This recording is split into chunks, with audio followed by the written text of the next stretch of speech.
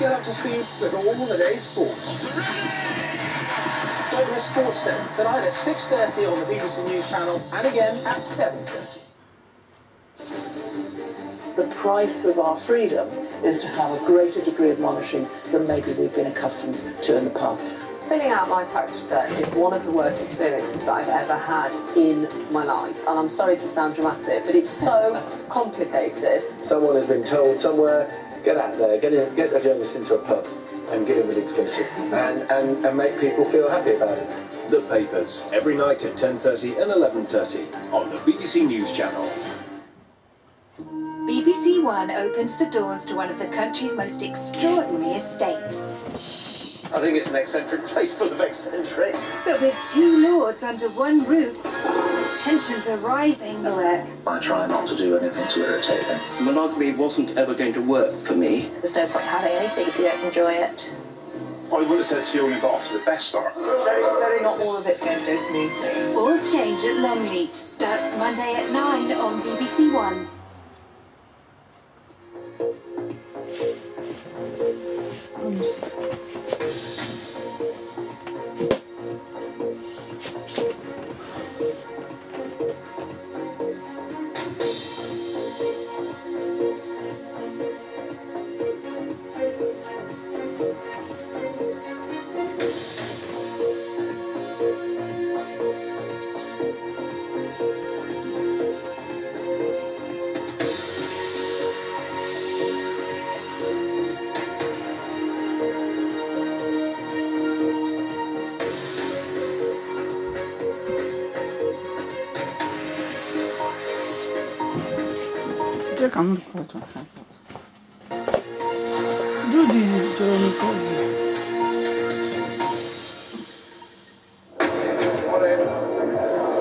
This is BBC News at 1 o'clock. I'm Jane Hill, live at Westminster, as Jeremy Corbyn is elected Labour leader.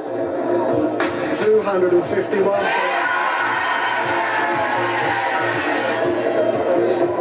He took nearly 60% of the vote in the first round. Let us be a force for change in the world, a force for humanity in the world, a force for peace in the world, and a force that recognises we cannot go on like this, with grotesque levels of global inequality, grotesque threats to our environment all around the world, without the rich and powerful governments stepping up to the plate to make sure our world becomes safer and better. Tom Watson is elected as the party's deputy leader and pledges his full support for Jeremy Corbyn. The former leader, Ed Miliband, has just given his reaction to the result. Well, I congratulate Jeremy Corbyn on a very clear victory in the Labour leadership election. I congratulate Tom Watson as having been elected as deputy leader. I'll be offering Jeremy Corbyn my support, and I hope people across the party do so too.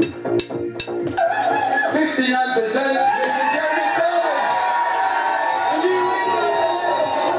The news has been greeted with jubilation by supporters around the country.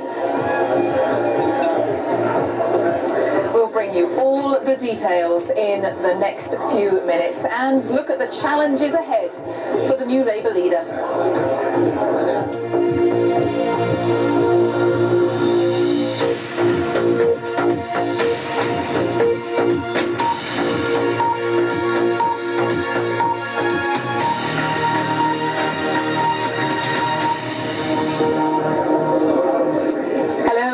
A very good afternoon from the Queen Elizabeth Conference Centre near Westminster, the scene of some extraordinary moments in the last couple of hours. The left-wing MP Jeremy Corbyn has been named the new leader of the Labour Party. The 66-year-old, who was the 500-to-1 outsider when he entered the contest, secured very nearly 60% of the vote.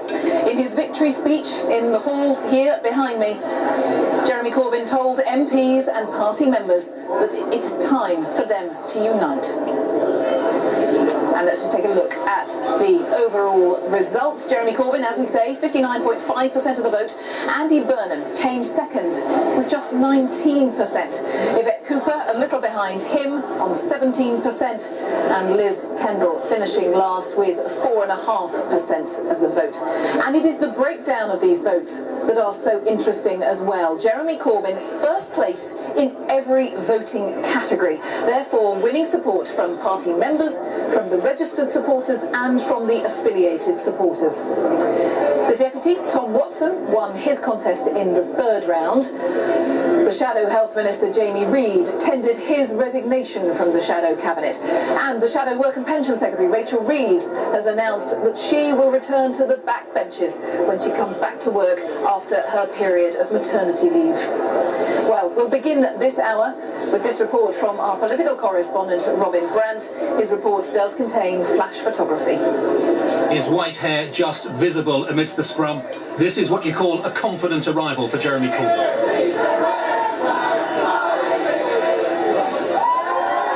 With some of his supporters singing the red flag, the anthem of traditional Labour, the man some call simply JC was propelled into the conference centre. When the result came, it was that surprise that no one had predicted when the contest began. And the scale of the victory was staggering. Jeremy Corbyn, 251,000.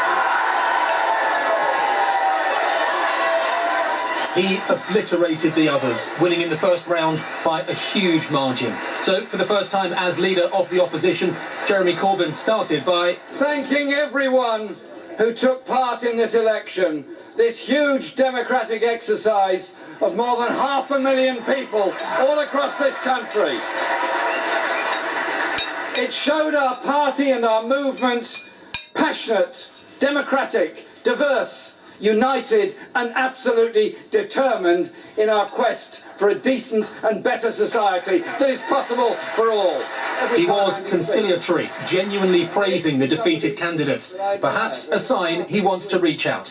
Then he turned to his core message. We don't have to be unequal. It doesn't have to be unfair. Poverty isn't inevitable. Things it's not inevitable. And they will. Poverty is not inevitable. Thank you. So, who is Jeremy Corbyn? Chairman. A veteran MP of 32 years, he looks now as he did back then. He spent decades on the periphery of his party, associating with controversial causes, including the IRA and the Palestinian group Hamas. Now, 66 years old, he's a vegetarian who's never far from his bike. So, Saturday the 12th of September 2015, the day the Labour Party got a new leader it never ever expected to get, and the day it got a leader that the vast majority of its MPs don't support. There'll be euphoria for Team Corbyn, but once that's passed, the big challenge is now keeping Labour together. The man who used to be Labour leader was quick to offer his support, but there was a warning too. Our party is a broad church, always has been, always will be, and the task of the leader is to reach all parts of that movement, and I believe that's what Jeremy should do. I think obviously he and Tom and the new leadership team will now want to be reaching out across the country to the public, because that's what this has now got to be about. It's not just our debate within the party that we've had for the last few months, but about the country as well. He'll savour the moment he never thought would happen, the moment some of his critics hoped they would never see. Now the challenge for Jeremy Corbyn is, can he make the group hug last? Can he keep Labour together? Robin Brandt, BBC News, Westminster. Well, let's ask the General Secretary of Unison, Dave Prentice, who is here with me. The second biggest union, of course, 1.3 million members, I think, and you have been smiling throughout the time we've been chatting here. Yeah, it's a great day, really great day. We came out of the last election in quite a bad way. Only 3.5 months since then, and today we're electing Jeremy as our leader. Tremendous result, giving a message of hope that had almost been extinguished over the last 5 years, that we could hope that there are alternatives, that we can have that fairer society that we believe in, that everybody believes in, and that we don't have to have all of these restrictions that are taking place, and very few people at the top doing exceptionally well, but the rest of us still paying the price of the failure of the banks. I mean, do you think he, on a personal level, is actually pretty shocked by this? Because he was persuaded to come into this competition, wasn't he? I think he's grown throughout it. I've spoken on platforms with him, I've been at the hustings when he's been there. He brings a different dimension. I'm very friendly with the other people, other candidates, and they got massive rounds of applause today, but he stood out. People want to have a vision. They want a political party that's got a vision, not just concerned about the mechanics. They want a party that's honest and says, we don't believe in privatisation, rather than saying we believe in less privatisation. They want a party that says that we don't believe in these public service job cuts, instead of a party that says, oh, we don't believe that they should be so quick, these job cuts. What he's doing is giving a real alternative that people can stand behind, and that is what they want more than anything. They've been battered, they've been beaten, and they really do want to believe that, that there is vision, there's light at the end of the tunnel, and that is what Jeremy is giving them. I mean, the votes suggest that is what people want. One of the big challenges facing him is already he has had a Shadow Health Minister resign, he's had Rachel Reeves, a big hitter, say, when I come back I'm going to sit on the back benches. I mean, that is not the sort of message that the party wants sending out, is it? But people always do that. Some people will come in, some people will go out. But as Jeremy said, this is a time to pull together. And it's an opportunity to look at the heart and the soul of the Labour Party, what it stands for, where it's going, what its beliefs are. And some people may find that difficult and they may not want to be in the Shadow Cabinet. But what Jeremy is saying, and he said it throughout, that half of the people in the Shadow Cabinet will be women. And I believe that the women who come in, and I do hope that Yvette's just become part of the Shadow Cabinet, but the women that do come in will take our party forward, and that we will be in a position where we can win the next election. Jeremy can win that election because he is speaking on behalf of the millions of people who believe that they do not have a voice now in our society. Very, very quick final thought, because I know you're off to the TUC conference now, and I'm assuming Jeremy Corbyn is going to be addressing your conference. What do you want to hear? Well, I'd like him to say the very things he's been saying throughout, what he believes in. He's the first leader of the Labour Party, I believe, who's talked about trade unions and the role, the positive role that they can play. Other leaders have been scared of even mentioning them. So times are changing. This is a game changer, and Labour can win because of it. Dave Prentice, thanks very much for being with us. I'll let you head off to Brighton. Thank you very much indeed. Dave Prentice, General Secretary of Unison, looking a very happy man. Just while I was talking to Dave Prentice, actually news coming through that Tristram Hunt has just announced that he will sit only on the back benches as well. So that's Tristram Hunt and Rachel Reeves who are saying that, and the Shadow Health Minister Jamie Reid resigning from that particular post as well in the wake of Jeremy Corbyn's success. I think we might be able to talk to our chief political correspondent Vicky Young, because Vicky is at the front of this conference centre, the Queen Elizabeth Conference Centre, our political correspondent, out and about. Certainly there were a lot of crowds earlier. Vicky, just give us a sense of what's happening there. Yeah, that's right, and they're still here waiting to see whether Jeremy Corbyn, the new leader of the Labour Party, will come through that door. Lots of the people here are supporting Jeremy Corbyn, but it has to be said that in that room in there, in that hall, that was a very divided room, because of course many MPs do not support Jeremy Corbyn's vision. I've been speaking to several of them just outside the hall after that result. Many of them have started to say that they won't serve in a Jeremy Corbyn shadow cabinet. I spoke to Rachel Reeves. She told me that Jeremy Corbyn has a huge mandate. That victory was much bigger than most people would have anticipated. She says she wishes him well, but she says he needs to surround himself and have a shadow cabinet that shares his vision, and she doesn't share that vision. So when she comes back from maternity leave in January, she will be on the backbenches. She says she will take the fight to the Tories, but she says there are other ways to do that than by sitting in the shadow cabinet. I think we will have more and more of the present shadow cabinet deciding to do that. Others say, well, look, they would serve if Jeremy Corbyn changes his views on things like Trident, for example. But they say, how can they possibly sit in a shadow cabinet with collective responsibility when they just don't agree on such major issues? So this is the big issue now for the Parliamentary Labour Party. They seem to be very out of step with the Labour Party grassroots, who've just voted in such huge numbers for Jeremy Corbyn. They, the MPs, of course, think that Jeremy Corbyn is out of step with the Scottish electorate who have, of course, just voted in a majority Conservative government. Vicky, thank you for now. Vicky Young, we will talk more about that perhaps when Jeremy Corbyn emerges. Let's just show you the scene again, not too far away from where we are here. I think just out in Parliament Square in Westminster, because there is a rally taking place today, was always planned to take place today, in support of refugees. That's been the story, of course, that has dominated until today for the last few weeks.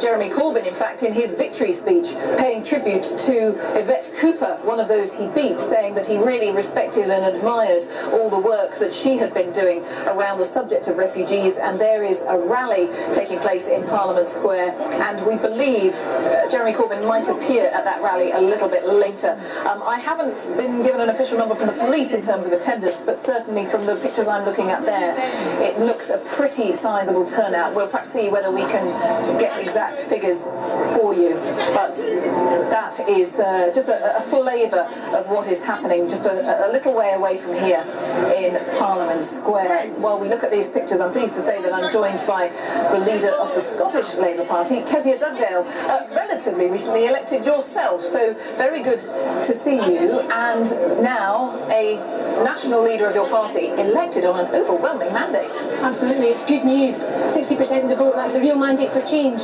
Just a few weeks ago I was elected with a big mandate in Scotland, and together with Jeremy I'm going to change the fortunes of the Scottish Labour Party, so I'm excited about the future. You're confident and happy that you can work with him, because the initial music from your camp was not positive about Jeremy Corbyn. I've always said I'd be delighted to work with any one of the 4 leadership candidates. I spoke to Jeremy immediately after the result this afternoon. I'm going to welcome him to Scotland in the next few days, and together we're going to turn around the fortunes of the Scottish Labour Party. I'm excited about that. I'm excited about getting back in Scotland to talking about the real issues that matter to people, like closing the gap between the richest kids and the poorest kids in our schools, for example, the big problems we face in our NHS and in our police. These are issues that I know Jeremy will be side by side with me on, and that's good news for people in Scotland. You say you just spoke to him, but what did he say? What was he saying to you? Well, I congratulated him, and he's delighted, obviously, he's thrilled. Is he shocked? No, he was very calm, actually. This is a man on a mission, he knows what he wants to do, and he is going to join that rally up the road shortly, and he's spoken a lot about the refugee crisis in the last few days, and I share his views on that particular issue. We can't take our eye off the ball and let David Cameron away with it once again. But when we get back to the House of Commons next week, David Cameron's about to do 2 big things which are damaging for Scotland: the trade union bill, and also around the issue of welfare reform and tax credits. And I look forward to supporting what Jeremy Corbyn's going to do there, standing on the side of working people, working together for a fairer, more equal Scotland. There will be people who think actually Jeremy Corbyn could be hugely beneficial for Labour in Scotland, because what a wipeout, as we know, at the general election. So many people voting SNP, which stood on an anti-austerity platform, precisely the kind of language that Jeremy Corbyn uses. Is your sense that actually, from your personal perspective there in Scotland, he could be really beneficial to you? I've heard this argument a lot in the last few days, that having Jeremy Corbyn will move the Labour Party to the left, and that's good for us in Scotland. That accepts that the SNP are a left-wing party, which I completely refute. I can't point to a single progressive policy that the SNP have. They've been in charge of our education system in Scotland for 8 years, yet the gap between the richest pupils and the rest is as stubborn and as wide as it has ever been before. So what we need to do in Scotland is to appeal to people who voted both yes and no in last year's referendum. It's the anniversary of that referendum this week. That issue is very much in our past. It's time to get on with using the powers of the Scottish Parliament to build a fairer, more equal society, and I know that I stand with Jeremy Corbyn in doing just that. All right, Kezia Dugdale, for now, thanks very much for joining us, the leader of the Labour Party in Scotland, Kezia Dugdale there. And if you are just joining us, well, my goodness, what a remarkable lunchtime it has been. Jeremy Corbyn elected with very nearly 60% of the vote. Tom Watson is to be the new deputy leader of the Labour Party. And those, again, the scenes inside the hall behind me here at the Queen Elizabeth Conference Centre when that result was announced. I've been speaking to Tom Watson, pledging to work closely with Jeremy Corbyn. Both men repeatedly using the word unite, uniting the party, and that perhaps is one of the challenges ahead because of the news that has been filtering out already in the last little while. The news that Rachel Reeves has said she will return to the backbenches when she comes back to work in January after maternity leave. The news that Tristram Hunt has said he will sit on the backbenches, and the immediate resignation of the Shadow Health Minister Jamie Reid as well. Just a sense of the challenges that now face Jeremy Corbyn as leader. Let's discuss those challenges with the Times columnist Jenny Russell, who has joined me, and Owen Jones from The Guardian, of course a prominent Jeremy Corbyn supporter. Welcome to both of you. It is an overwhelming mandate, Owen. It's also a huge challenge. To say the least, absolutely. I mean, that was the easy bit, wasn't it? And this is, we should just take a step back and think, this is, I'd say, the biggest against all odds victory in British political history. It's difficult to think of anything that compares. He was 200 to 1, a backbencher you had heard of before the contest began, and now in the most open democratic contest ever had in Labour's history, he's won decisively. But now he's going to face overwhelming hostility from the media. He will face a challenge in terms of building unity in terms of the parliamentary Labour Party. That's why he has to democratise policy, so policy is developed in a far broader base. But also, what drives people on the left above all else is often passionate.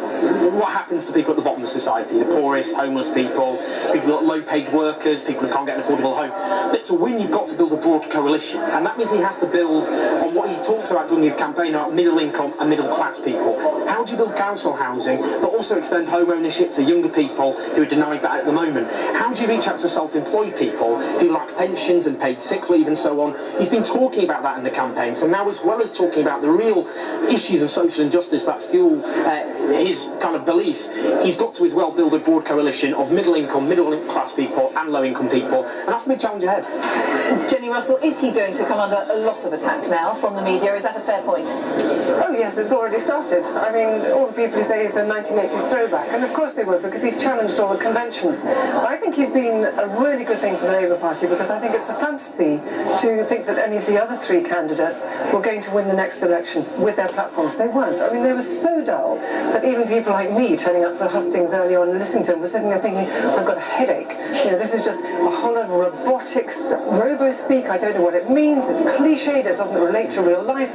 And Jeremy came in and said, actually, we don't have to accept the way that we've been told the world operates. I think that the economy could run in a completely different way, and we could nationalise the railways. And I'm not saying I agree with Jeremy's policies, and I don't think the British public necessarily agree with them, but he came in saying there is a debate to be had.